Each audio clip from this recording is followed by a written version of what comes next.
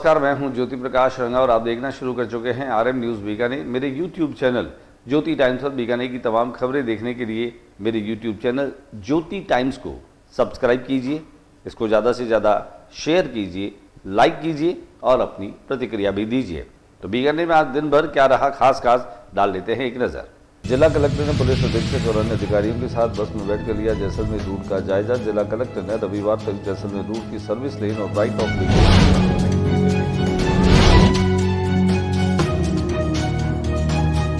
Spa centre और cafe में अनैतिक गतिविधियों का आरोप लगाते हुए वीएचपी के पदाधिकारियों ने जिलाधीश को दिया ज्ञापन।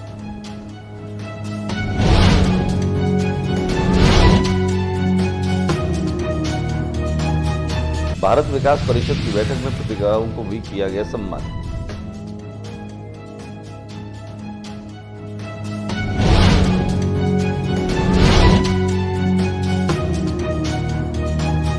प्रदेश भर में गुरुवार से माध्यमिक शिक्षा बोर्ड अजमेर की परीक्षा हुई शुरू। बीकानेर के 214 सेंटर पर करीब 72,000 विद्यार्थी सेकेंडरी और सीनियर सेकेंडरी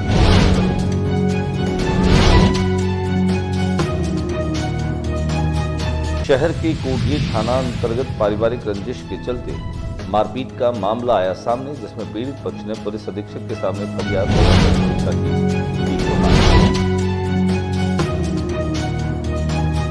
शुद्ध आहार मिलावट पर वार अभियान के तहत स्वास्थ्य विभाग ने कई स्थानों पर की कार्रवाई।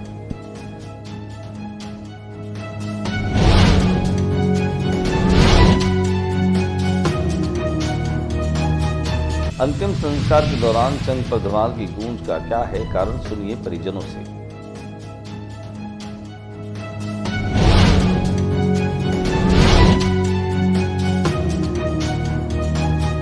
बीकानेर पश्चिम विधायक जेठानंद व्यास ने नगर निगम आयुक्त को पत्र लेकर होली के दौरान शहरी परकोटा क्षेत्र में सफाई और सार्वजनिक व्यवस्था को अधिक प्रभावी करने की आवश्यकता जताई।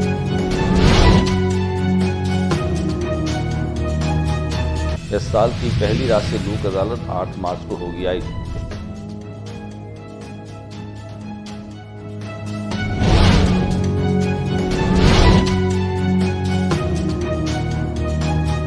शाकर द्वीपीय समाज का फाग उत्सव मां नागणेश जी मंदिर में उड़ी गुलाल।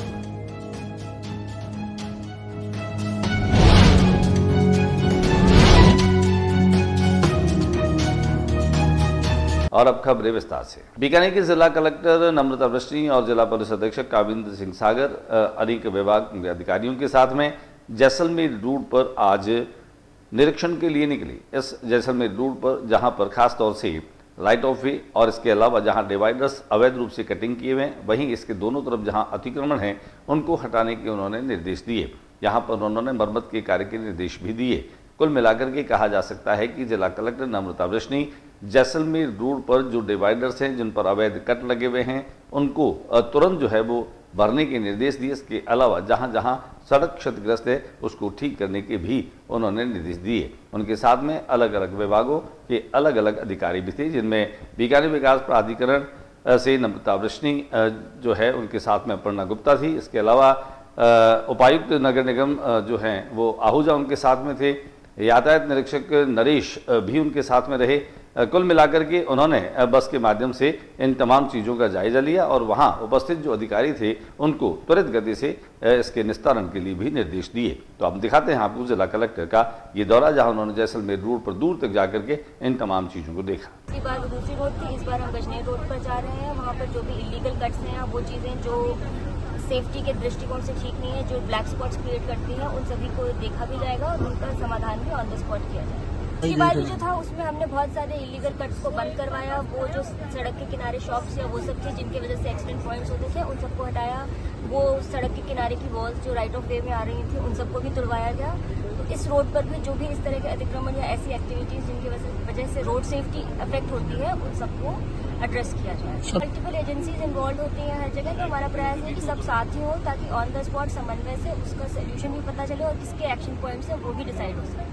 विश्व हिंदू परिषद के पदाधिकारी आज जिला कलेक्टर नम्रता वृष्टि से मिले। बीकानेर शहर में जो कैफे हैं और जो स्पा के सेंटर है वहां पर जो अनैतिक गतिविधियों का संचालन होता है उसे लेकर के उन्होंने गंभीर जो है वह आपत्ति दर्ज कराई है। वीएचपी के पदाधिकारियों ने मिलकर के और जिलाधीश को एक ज्ञापन दिया, जहां उन्होंने कहा कि स्पा सेंटर आजकल अनैतिक विधियों के सेंटर बनते जा रहे हैं, जहां पर नाम के बिल्कुल विपरीत काम किया जा रहा है। इसके चलते समाज में गलत संदेश जा रहा है। वीएसबी के जिलाध्यक्ष अनिल शर्मा ने बताया कि इन कैफे और स्पा सेंटर में अनैतिक गतिविधियों पर रोक लगे, यही हमारी मांग है।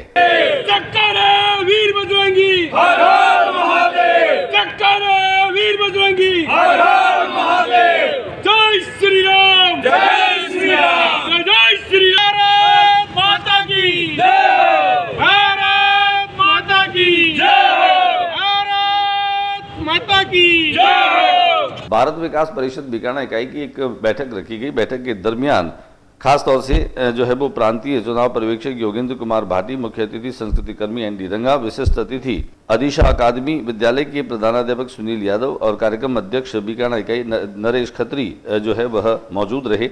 संयोजक समाजसेवी जगदीश चंद्र पुंसी, संरक्षक एवं संपर्क सचिव लीला कृष्ण चावला ने भारत माता स्वामी विवेकानंद दिव्य चित्रों के समक्ष दीप प्रज्वलित कर इस कार्यक्रम का शुभारंभ किया।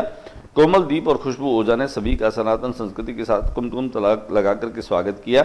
इसके बाद मातृशक्ति के नेतृत्व में सामूहिक वंदे मातरम के साथ कई कार्यक्रम जो है वो प्रस्तुत किए गए।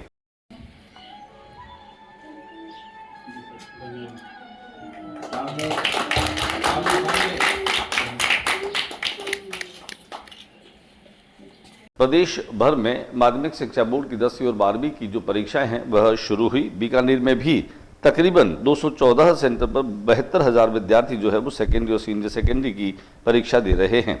परीक्षा केंद्रों पर बड़ी निगरानी के लिए पुलिस जाब्ता लगाया गया है। वहीं नकल रोकने के लिए छापेमारी करने वाले शिक्षा विभाग के दल भी सक्रिय हो गए हैं।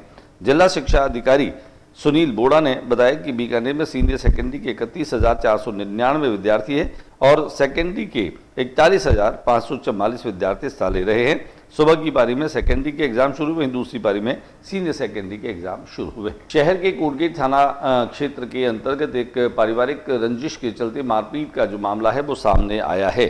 इसमें पीड़ित पक्ष ने पुलिस अधीक्षक से मिलकर के अपनी सुरक्षा की गुहार भी लगाई है। जानकारी के अनुसार रानी बाजार क्षेत्र में पीड़ित मनोज तंवर ने अपने ताऊ और उनके परिवार के सदस्यों पर घर में घुसकर हमला करने का आरोप लगाया। पीड़ित के अनुसार 5 मार्च की शाम को अपने घर की छत पर मोबाइल पर बात कर रहा था, तभी गली में उसके ताऊ दौलत राम तंवर और उसके बेटे बाबूलाल उर्फ गोपाल तंवर ने ललकारते हुए गाली गलौज शुरू कर दी। उसके बाद दोनों घर में घुसे और थप्पड़ मुक्कों से मारपीट करने लगे। मारपीट में उनकी टांग और आंख पर गंभीर चोटें आई। मनोज तंवर का आरोप है कि घटना की सूचना देने के लिए उसने 101 पर फोन किया, लेकिन कोई जवाब नहीं मिला। इसके बाद वह अपने भतीजे चंद्र प्रकाश तंवर के साथ कोटगेट थाने पहुंचा, जहां मौजूद पुलिसकर्मियों से मेडिकल करवाने के लिए कहा। बाद में पुलिसकर्मी गौरव ने आश्वासन दिया कि वह चेतक लेकर आकर आरोपियों को गिरफ्तार करेगा, लेकिन बाद में कोई कार्रवाई नहीं की गई। पीड़ित ने आरोप लगाया कि उसकी भाभी सुनीता बीच बचाव के लिए आई तो दौलत राम तंवर की पुत्र वधू बसंती देवी ने उन्हें धक्का देकर गिरा दिया। कुल मिलाकर के मामले की तफ्तीश चल रही है। मामला सर कुछ नहीं, मैं 5 तारीख को 5/3/2025 को शाम को मैं मेरी छत पे खड़ा था, तो मेरे ताऊ दौलत राम जी तंवर ने मुझे किसी बात पे क्या है कि गाली गलौज की, मेरे कोई जमीन की बात को लेकर मेरे साथ गाली गलौज की। उसका वीडियो मेरे पास है।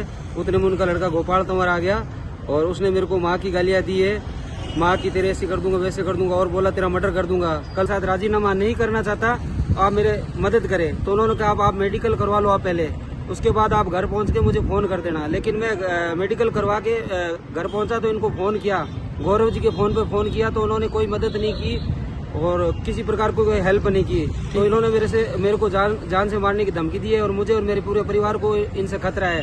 तो इनको पकड़ा जाए, इनको पाबंद किया जाए। ठीक है, नाम बताएं। मेरा नाम मनोज तंवर। जय श्री राम।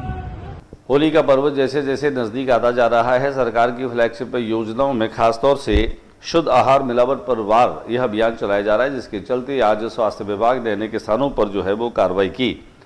इस कार्रवाई के दौरान जो है वह अधिकारी डॉक्टर पुखराज साथ जो है उनके नेतृत्व में नमूनीकरण निरीक्षण की कार्रवाई संपन्न हुई। अनेक स्थानों पर यह कार्रवाई संपन्न की गई। दिखाते हैं महापुरुष की तस्वीरें।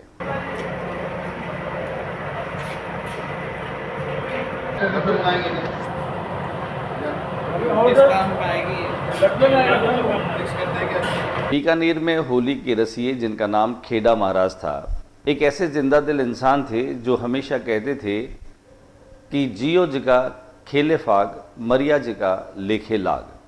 कहने का तात्पर्य ये कि राज कपूर की एक फिल्म आई थी जिसका नाम था मेरा नाम जोकर। राज कपूर कहते थे शो मस्ट गो ऑन। किसी के जाने से दुनिया खत्म नहीं होती, दुनिया रुकती नहीं है, दुनिया चलती रहती है।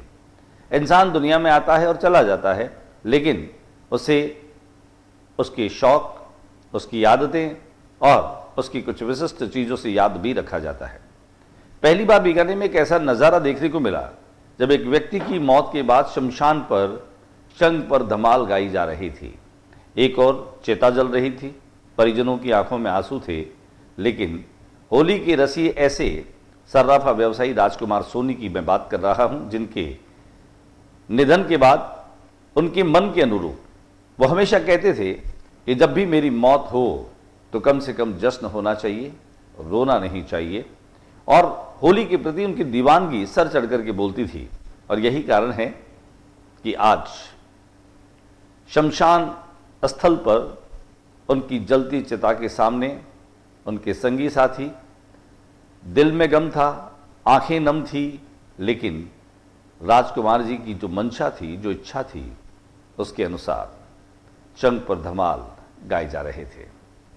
हालांकि यह अद्भुत सा नज़ारा था, ये जीवन की एक सच्चाई को, कड़वी सच्चाई को बयां कर रहा था। लेकिन ये बिल्कुल सच्चाई है कि बीकानेर में लोगों ने देखा, जिसने भी सुना वो एक बार तो आश्चर्यचकित हुआ।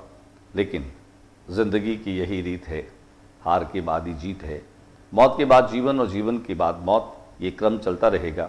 लेकिन ऐसे दीवाने जो लोग हैं वे सदियों में कभी कभार आते हैं। दिखाते हैं हम आपको बीकानेर के सर्राफा व्यवसायी राजकुमार सोनी के निधन के बाद कि किस तरह से उनकी चिता जल रही थी, परिजन गमगीन थे, लेकिन शमशान स्थल पर ही चंग पर धमाल भी चल रही थी। और शायद ये बीकानेर में पहला अवसर था जब इन चंगबाजों ने अपने साथी के हमेशा हमेशा के लिए चले जाने के साथ इन धमाल में मस्ती कम होगी, गम ज़्यादा होगा अपने साथी के बिछड़ने का।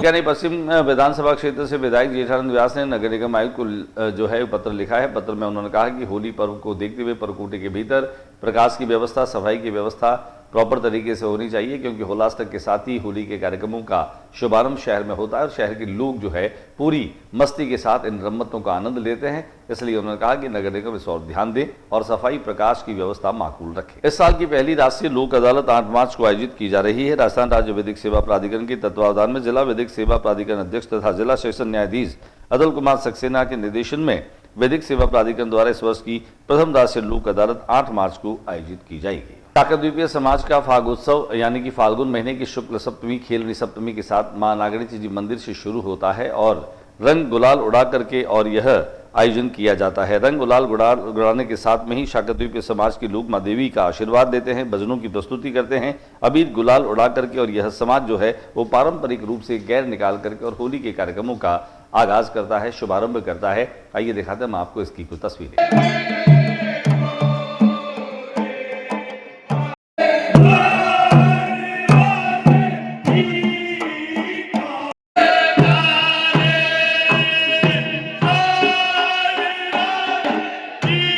आने वाली 10 मार्च को अंतर्राष्ट्रीय महिला दिवस के मौके पर आरएम न्यूज के माध्यम से rotary club of Bikaner Royals, Goma Devi Chamaria charitable foundation और नारी शक्ति के सहयोग से रोटरी प्रज्ञा रत्न अवार्ड आयोजित कर रहा है।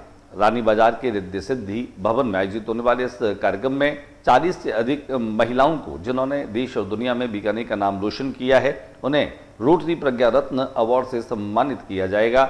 वहीं इस कार्यक्रम में महिलाओं के लिए, युवतियों के लिए और बालिकाओं के लिए शिक्षा, खेल, साहित्य, स्वास्थ्य के क्षेत्र में काम करने वाली उन महिला संगठनों का भी सम्मान किया जाएगा। इस आशय की जानकारी रोटरी क्लब ऑफ रॉयल्स के अध्यक्ष गोपाल अग्रवाल ने आरएम न्यूज को दी।